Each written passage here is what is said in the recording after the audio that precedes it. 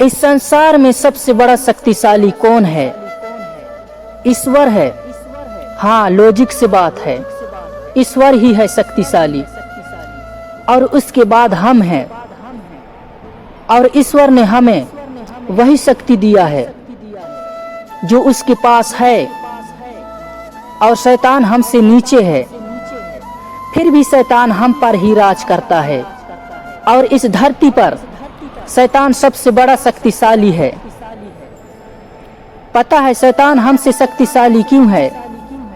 क्योंकि हमने उसे अपने सर पर चढ़ा कर रखा है, इसलिए हम पर राज करता है और हमें उंगली के इशारे पर नचाती है। क्योंकि शैतान को यह मालूम है मनुष्य अंदर से खोखला है, इसलिए हमें एक पुतले की तरह नचाता है। मेरे दोस्त, ये हम पर निर्भर करता है कि हम एक राजा का पुत्र, राजकुमार की तरह जीवन जिए या फिर गुलाम की तरह जीवन जिए।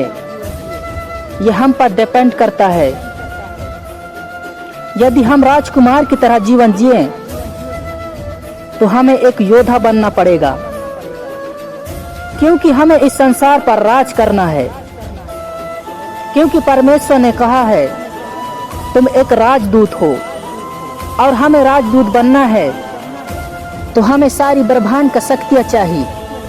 हमें वो शक्ति चाहिए जो परमेश्वर के मुख से निकला है। और परमेश्वर ने कहा उजाला हो और हो गया। परमेश्वर ने कहा उजाला और अंधियारे अलग अलग हो। परमेश्वर ने कहा नीचे के जल और ऊपर के जल अलग अलग बटे और नीचे के जल एकत्रित होकर समुद्र बन जाए और सूखी भूमि दिखाई दे। और उस सूखी भूमि पर नाना प्रकार के फलदायी वृक्ष उगे। और कहा उस भूमि पर जीव जंतु दौड़े और आकाश में पक्षी उड़े और समुद्र में जल प्राणी हो। और मनुष्य को बनाकर नथनों में जीवन का श्वास फूका। तो परमेश्वर का शक्ति हर कण कण में मौजूद है। तो ये सारे ब्रह्मांड की शक्तियां हमें प्राप्त करना है, तभी शैतान को पराजय कर सकते हैं। वरना इस धरती का राजा शैतान ही बन बैठा है और उससे लड़ पाना इतना आसान नहीं है। हमें उससे लड़ना है तो हमें सारी ब्रह्मांड की शक्ति प्राप्त करना है। तो हमें शक्ति कैसे प्राप्त होगा? परमेश्वर के वरदान प्राप्त करके। वरदान कैसे प्राप्त होगा? सिंपल सी बात है, परमेश्वर के वचन को पालन करके। जैसा कि लिखा है 9 प्रकार के वरदान, 1 कुरिन्थियों 12 अध्याय के 8 वचन से 9।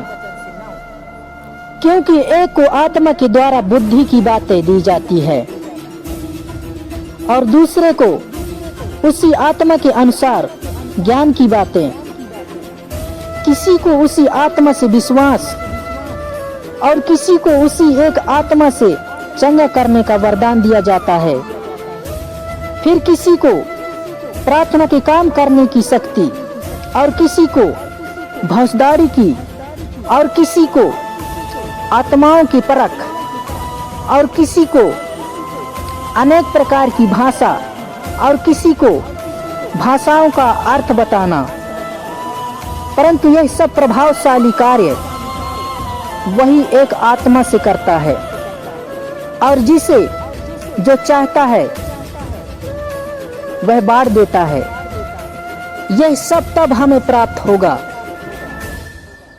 जब हमारे अंदर यह सब 9 प्रकार के गुण होगा। जैसा कि लिखा है गलातियों के 5 अध्याय 22 वचन से 24।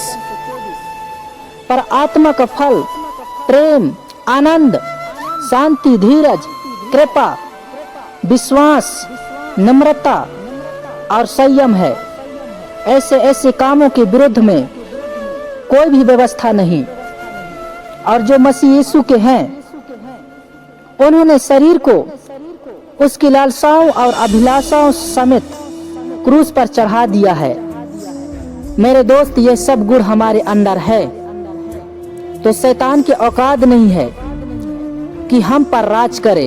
अरे शैतान पर हम राज करेंगे और सदा सर्वदा राज करेंगे।